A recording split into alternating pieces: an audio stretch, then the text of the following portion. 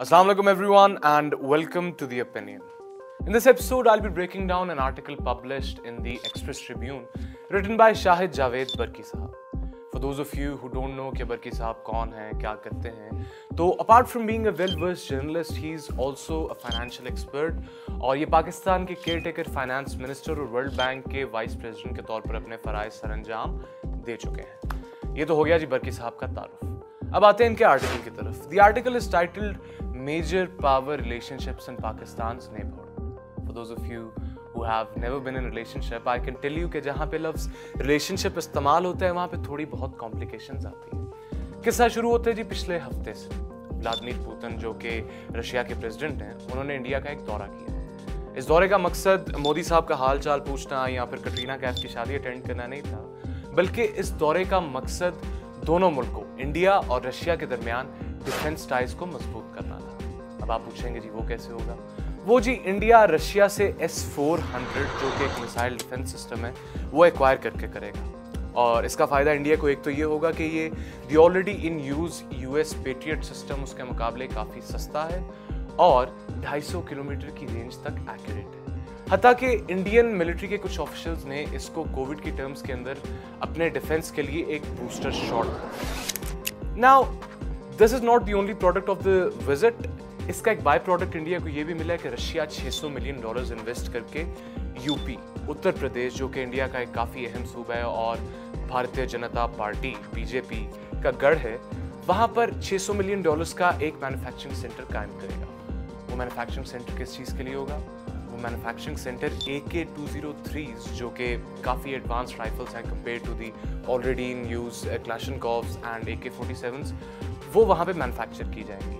अब थिंग्स में seem very straight forward, लेकिन यहाँ पे एक छोटा सा मसला है।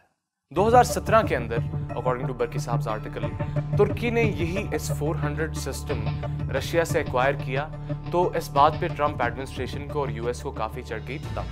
वो तब किस बात पे चढ़ी? वो तब इस बात पे चढ़ी कि आपने जी नेटो से बाहर जाकर रशिया से डायरेक्टली S-400 की ट्रांजैक्शन की, तो भाई की क्यों? तो क्या इंडिया के ऊपर भी कुछ इस तरह की पाबंदियां, इस तरह की सैंक्शंस लग सकती हैं या इंडिया और US के दरमियान कोई खार पैदा हो सकता है? इस पे आते हैं थोड़ी देर बाद। अब दूसरे हिस्से में आर्टिकल के बरकी साहब जिक्र करते हैं जो बाइडेन और व्लादिमीर पुतिन के दरमियान होने वाली कॉल का। ये कॉल तकरीबन 2 घंटे चली और इस 2 घंटे की कॉल के अंदर दोनों कायदीन ने जहां अपने जोड़ों के दर्द डिस्कस किए, वहीं पे उन दोनों ने यूक्रेन को भी डिस्कस किया। अब यूक्रेन का आपको थोड़ा बैकड्रॉप देते चले कि यूक्रेन किसी दौर में सोवियत यूनियन का बड़ा अहम हिस्सा था। जब सोवियत यूनियन टूटा तो यूक्रेन टूटा और यूक्रेन एक इंडिपेंडेंट मुल्क बन गया। Now it shares the longest border with Russia. 2014 के अंदर रशिया ने यूक्रेन के ऊपर हमला कर कुछ टेरिटरी अपने कब्जे में ले ली। इस बात पर अगेन US को चढ़ गई तब, और US ने रशिया को ग्रुप ऑफ 8 जो कि एक ऑर्गेनाइजेशन है जो कि रशिया के आने से पहले ग्रुप ऑफ 7 थी, फिर रशिया आया वो ग्रुप ऑफ 8 बनी, फिर रशिया उसमें से निकला वो वापस ग्रुप ऑफ 7 बन गई। खैर रशिया को उस ऑर्गेनाइजेशन से निकाल दिया। लेकिन जो बाइडेन ने व्लादिमीर पुतिन को वार्न किया है कि अगर आप इस बार यूक्रेन के अंदर कोई फटा छड़ा करते हैं, कोई हैंकी पैंकी करते हैं, तो कॉन्सिक्वेंसेस काफ़ी ज़्यादा शदीद होंगे। नाउ एक तरफ US रशिया को वार्निंग्स दे रहे कि हम आपको आइसोलेट कर देंगे, पूरी दुनिया से अलग कर देंगे अगर आपने यूक्रेन के अंदर कुछ किया।